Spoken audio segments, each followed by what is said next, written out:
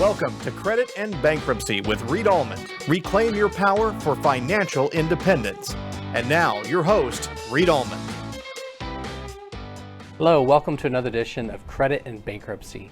We have an important show for you today. It's August 2020, and a lot of people are talking right now about the CARES Act. You know, many of the provisions in the CARES Act regarding unemployment benefits as well as eviction moratoriums, all that was coming to an end at the end of July.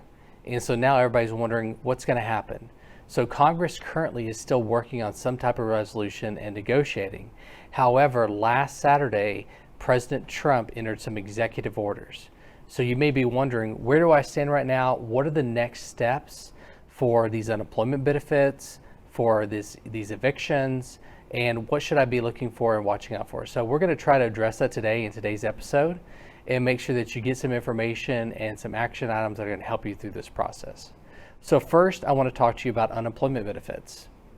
As you're aware, under the CARES Act, if you were entitled to unemployment benefits, then you would receive whatever your state authorizes as the unemployment benefit. In Texas, it caps out around $300 and something per month and goes down from there. However, under the CARES Act, it provided that you would get an additional $600 a week. This compensation would allow you to be able to cover your bills. And in fact, for many people, it was more than what they were making if they were employed. So when that expired the end of July, a lot of people are concerned because they're not going to be able to keep up with their bills and their finances unless they've secured employment again. So now they're in a limbo situation because the act expired at the end of July. President Trump has provided in his executive order that he's going to continue to provide resources for states to provide this unemployment benefit. Specifically, what he's saying is that he'll provide $400 a week of additional compensation. And how that breaks down is the federal government would reimburse the state for $300, and the state would have to use their own resources to come up with the other $100 per week. So that is good news for many people facing, this unemployment crisis right now, but it's still going to be a big difference from $600 down to $400. Also, just because this order was signed, it doesn't take effect immediately. Each state is going to have to go through the process to make sure that they're set up to be able to deal with this situation and that they agree to being able to provide that $100. Maybe they don't have in their resources. Some states are going to act faster than the others. And so the consumer is going to be held in this limbo state where they don't know when they're going to get benefits and when it's going to start. Typically, we're looking at probably it's going to be a couple weeks at the earliest, or maybe even longer before these checks start rolling back in for people. Also on the horizon is the potential that Congress, the Republicans and Democrats, will come together with some other kind of comprehensive reform that'll be easier to implement. We're still uncertain too if this executive order is going to be challenged legally on the basis that it's not within the president's power to enact such a change and reallocate these resources from other areas of the federal government and pay it towards these unemployment benefits. All right, so we'll keep a lookout for that. And the Texas workforce has asked for additional guidance from the Department of Labor, as well as Governor Abbott has get instructions that he is going to be working with his Workforce Commission and waiting for further instruction from the federal government. So if something comes through definitively, especially for Texas, we'll let you know right away. All right, so let's shift gears now and let's talk about evictions.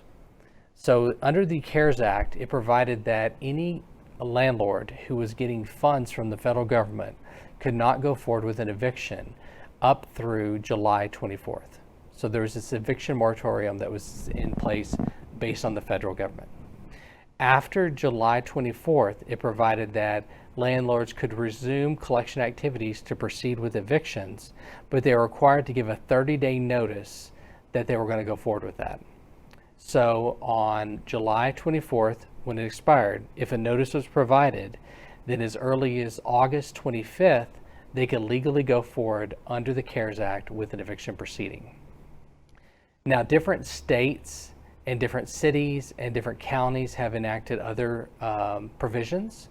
And so as far as Texas goes, related to the North Texas area, we've got some additional information that we're going to provide in the description of this podcast and give you the link on our website so that you can look up things regarding the city of Dallas, Tarrant County, and other surrounding areas on exactly what they're doing regarding evictions, because it's going to be very specific if there's additional local moratoriums.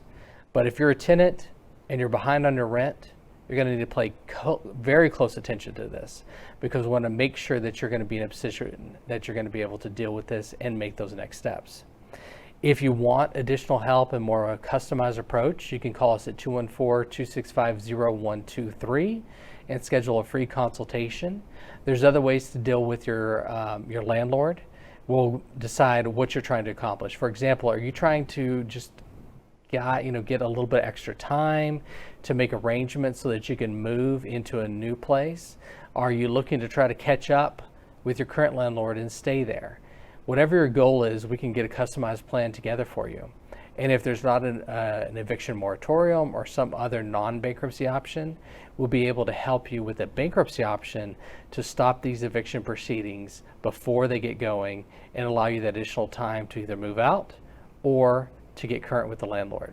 So please reach out to us and we'll get you more information about that. So there's more. Also, student loans. Under the CARES Act, there was a moratorium or a forbearance period that was enacted through September that provided that you're not required to make payments. And so this had a lot of impact and some actual hidden perks for people. For example, if you're on an income-based repayment plan or you're eligible for some type of forgiveness plan through the Department of Education, you would be able to make $0 payments. So a lot of you know that if you're on an income-based payment plan, you have to pay in for 20 years a certain payment amount. Well, during this time period, if you don't pay the payment, you still get credit as if you did. So that'll reduce the total number of payments you have to make to be eligible for forgiveness, and also keep that money in your bank account. Also, if you're in default and you want to get out of default, it's a great opportunity for you to reach out to your lender and request a rehabilitation program, because you may be eligible to get on a rehabilitation program making $0 a month payments. And that way you can get out of default and be available for other options that are available under the Department of Education as well. Also, no interest is being accrued. So during this time period, one of the hardest things to recover from for student loan debt is the interest that keeps occurring and then compounding and making the principal get higher and higher and future interest higher and higher. So having that down to 0% is helpful. So what President Trump did was that he extended the student loan provisions that are currently under the CARES Act and had them go through the end of the year. So that means the forbearance will be extended beyond September through the end of the year, as well as the 0% interest. So that's a welcome relief for many people that were facing a challenge related to their student loan debt. Also, you may have heard about the executive order relating to payroll taxes. Now, this is kind of confusing. So this is related to the employee only, because as you know, for payroll taxes, your employer has to pay a certain percentage of your wages to the government as an employer-based payroll tax. And then you also have to pay a payroll tax to the federal government out of your gross income. Now, those funds are used to fund federal programs such as Social Security and Medicare. And what this provision allows you to do is it allows you to defer this until the end of the year. So it's not a forgiveness, and whatever you don't pay in payroll taxes will result in you getting a higher paycheck right now during this time period. However, unless a new bill is introduced through Congress and signed into law, making this forgiven, you're still going to owe it at the beginning of next year. So you'll want to think wisely about that. Also, it's up to your employer to see if they're going to implement this procedure through their payroll processes. So it's yet to be determined if this is really going to be any kind of meaningful impact for consumers out there or not. We're going to keep you up to date on any of these changes coming in real time. So be sure to log on to allmandlaw.com or visit us on our Facebook page, Allmand Law. We'll be posting information in real time related to these programs, the executive orders, any legislation that's coming down. We want to be your one-stop source for information regarding evictions, unemployment benefits, student loans, and these payroll tax issues. And keep in mind that a lot of these provisions were enacted because there are so many people that have been affected by COVID, so many people that are unemployed. It's estimated that millions of people are behind on their rent.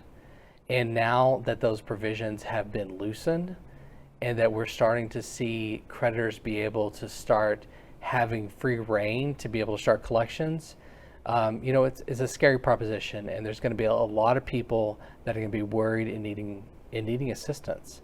And so that's what we're here for. So we would like to help you and answer any questions you have and give you a customized plan regarding your financial situation so you'll be empowered and be able to deal with things as they come up with knowledge and certainty that you're taking the right steps.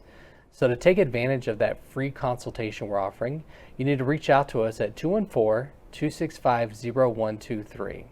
You can press option 1, speak with one of my associates to schedule a free consultation. We'll go through everything regarding your current situation, provide you a custom plan, including your bankruptcy and non-bankruptcy options, so you can make an informed legal decision. I want to thank you for joining us today for another episode of Credit and Bankruptcy. Be sure to keep a lookout in the description for links to our website for other useful information about evictions and unemployment benefits. Thank you and have a wonderful day.